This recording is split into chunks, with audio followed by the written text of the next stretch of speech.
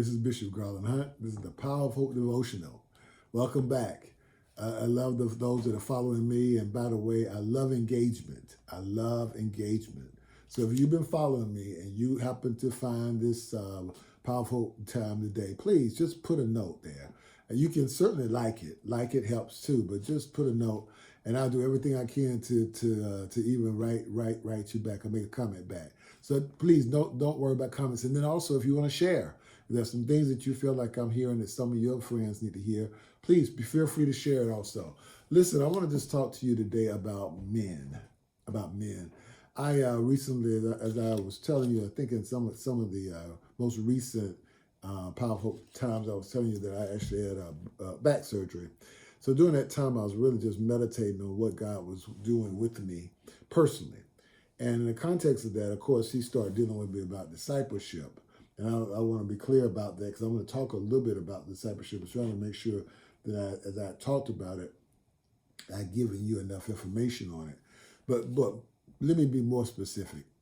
I believe that this nation needs a major men's movement.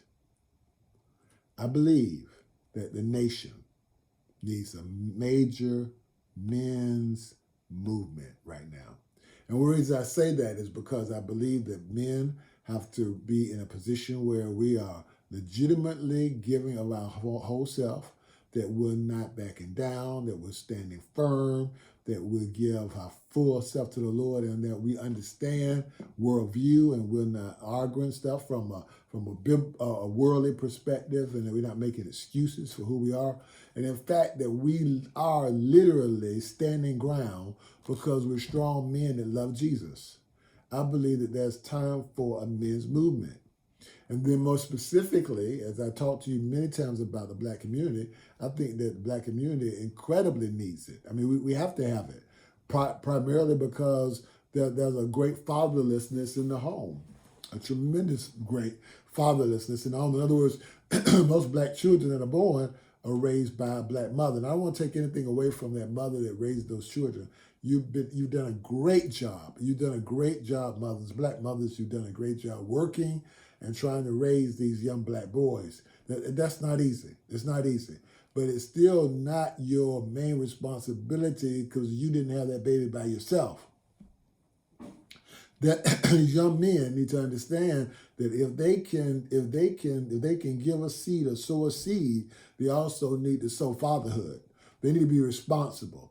And ideally, we would support the whole institution of marriage. I mean, marriage is important, and that we don't belittle marriage. That it's very, very important for the son to be raised up in an environment where mom and dad are there. So that's about family. Marriage breeds family. But even if they didn't, still that son needs to have a relationship with his father.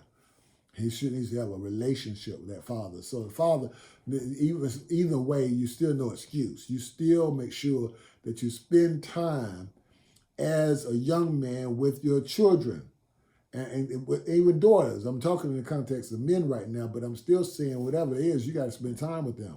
You have to spend time with them.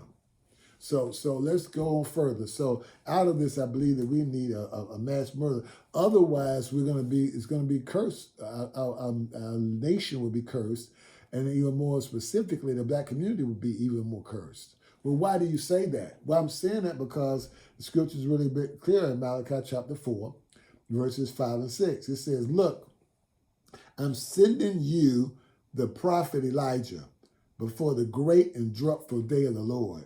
It said his preaching will turn the hearts of the fathers to the children, and the hearts of the children to their fathers. Otherwise, I will come and strike the land with a curse. So if we don't hear the ministry of Elijah the prophet coming, and that prophetic word coming, challenging men to be men, and then the children will turn against their fathers. If the father's not there, he's not playing a role. The children turn against their fathers, and the fathers are turning against the children by just disrespecting them, ignoring them, not supporting them, not being a father to them. So you have all these things go together. We must have the fathers must take their place and role in the home, lest he's going to smite the earth with a curse. We don't want to be a cursed people. We want to be people that love you and love accordingly. So I just want to say, this is Bishop Garland Hunt. We need a mass ministry movement of men. This is powerful devotion. I'll talk to you later. Bye-bye.